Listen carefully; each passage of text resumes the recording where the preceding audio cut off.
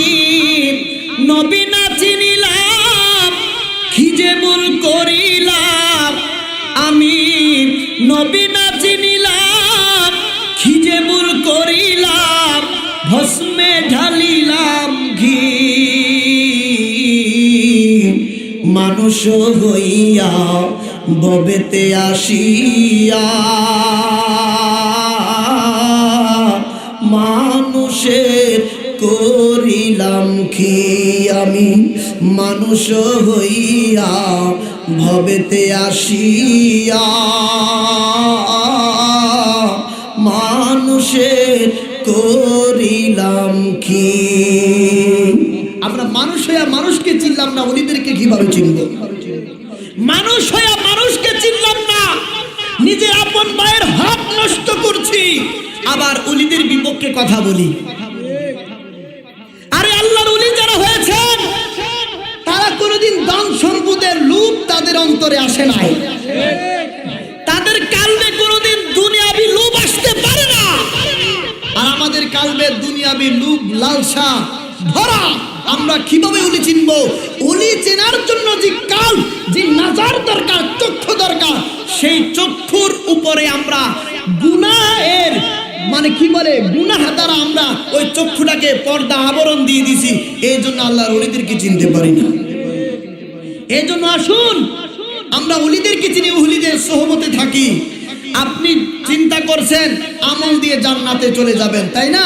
আপনি চিন্তা করছেন আবু বকর সিদ্দিক আকবরের আমলের কমতি ছিল না, ফারুকে আজমের আমলের কমতি ছিল না, উসমান জুন্নুরাইনের আমলের কমতি ছিল না, শের খুদা মাওলা আলী রাদিয়াল্লাহু তাআলা আনহুর আমলের কমতি ছিল না, কোন সাহাবীর আমলের কমতি ছিল না।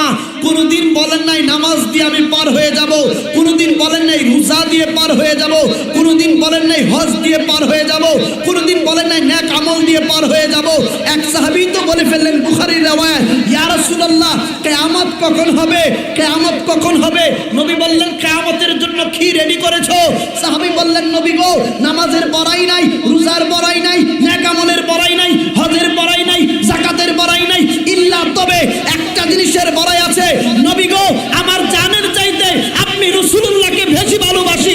নবীজি বলেন, সাহাবী রে, আমি রাসূল কথা দিলাম, আর কারণে তুমি আমার সঙ্গে সেই জান্নাতে থাকবে। আল্লাহু আকবার, আল্লাহু আকবার, ইয়া রাসূলুল্লাহ, জিন্দাবাদ, হুশিয়ার।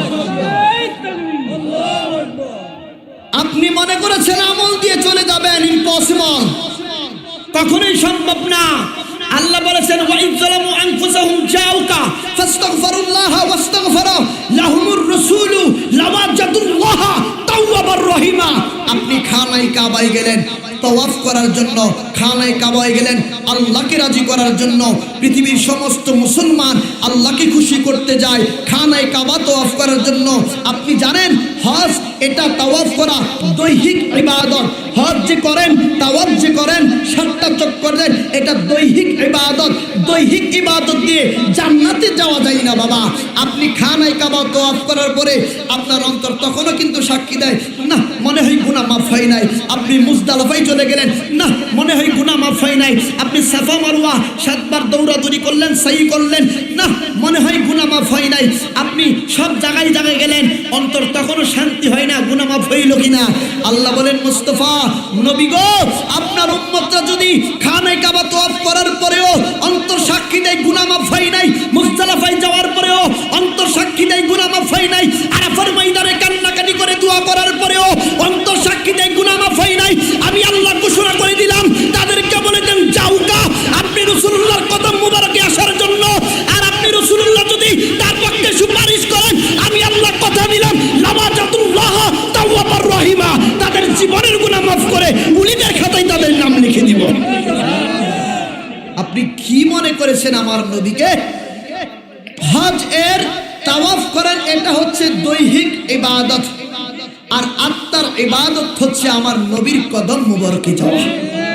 নবীজি বলেছেন যে হজ করলো অথচ আমি রাসূলুল্লাহর কদম মুবারকে জিয়ারতে আসলো না, সেই জন্য আমি রাসূলুল্লাহর উপর জুলুম করলো। আমি আপনাকে প্রশ্ন করি, সওয়াল করি, আপ জবাব দিতে হয়, আপনি জবাব দেন কি?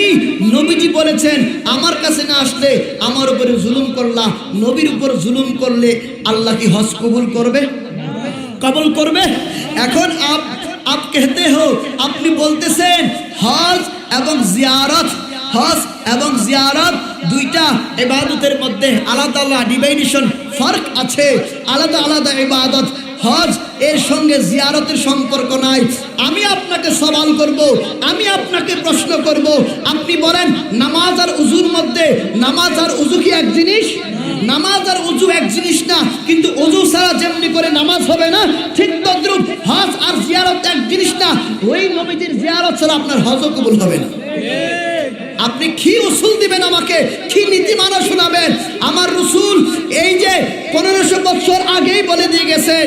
আমার রাসূল বলছেন, বুখারীর রওয়ায়াত, আমি ভয় করি না আমার উম্মত শিরক করবে, আমি ভয় করি আমার উম্মত আমাকে বাজে কথা বলবে। এখন এই জামানায় রাসূলকে বাজে কথা বলছে, ওলিরা তো অনেক দূরে। আমার রাসূল বলছেন আমি ভয় করি না যে আমার উম্মত শিরক করবে। তার মানে শিরক নিয়ে আমার রাসূলুল্লাহ টেনশন করেন নাই। তার মানে আমার নবীর খাঁটি উম্মত তারা শিরক করবে না। আমার রাসূলের কথা অনুযায়ী আমার উম্মত শিরক করবে। আরে বাবা, মাথায় মোবাইলই তো শিরক না। আপনার পকেট থেকে কলম পড়ে গেল, আপনি উঠাবেন কি? মাথায় এভাবে দিয়ে, হ্যাঁ এভাবে দিয়ে উঠাবেন? আপনার শিশুর কুলের বাচ্চা মাটিতে রাখলেন, তাকে কুলে নিতে হলে কি এভাবে কুলে নিবেন? তখন আপনি জমির মধ্যে ক্ষেত লাগাইতে যাবেন, আপনি কি মাথা নিচে যাবে না? তাহলে এটা কি শিরক হয়ে যাবে? বুঝতে হবে কোনটা সিজদা। আর শিরকের সঙ্গে আমাদেরকে শিখাইতে আসেন না। শিরকের অনেক ডিভাইডেশন আছে, অনেক প্রকার আছে।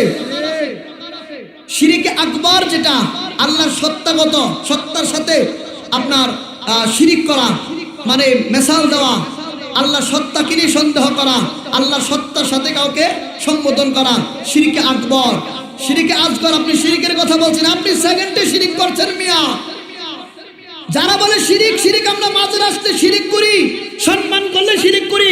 আমি আশরাফুল হক জয়নগরী বলছি, আজিজুর রহমান মাসুদ শাহ সাহেব কেবলাকে সামনে বসিয়ে আপনি কন্টিনিউ শিরিক করছেন। আপনি শিরিকের সংজ্ঞা জানেন না। রিয়া করা এটা একটা শিরিক, রিয়া করা এটা একটা শিরিক। আপনি বেগানা নারীর দিকে তাকিয়েছেন, এটা একটা শিরিক। আপনি অহংকার করছেন, এটা একটা শিরিক। আপনি শিরিকের মানা কি? শিরিক की किसका माना है आप नहीं जानता है, আপনি জানেন না। রিয়া অহংকার করা এটা শিরকে আসগর, ছোট শিরিক।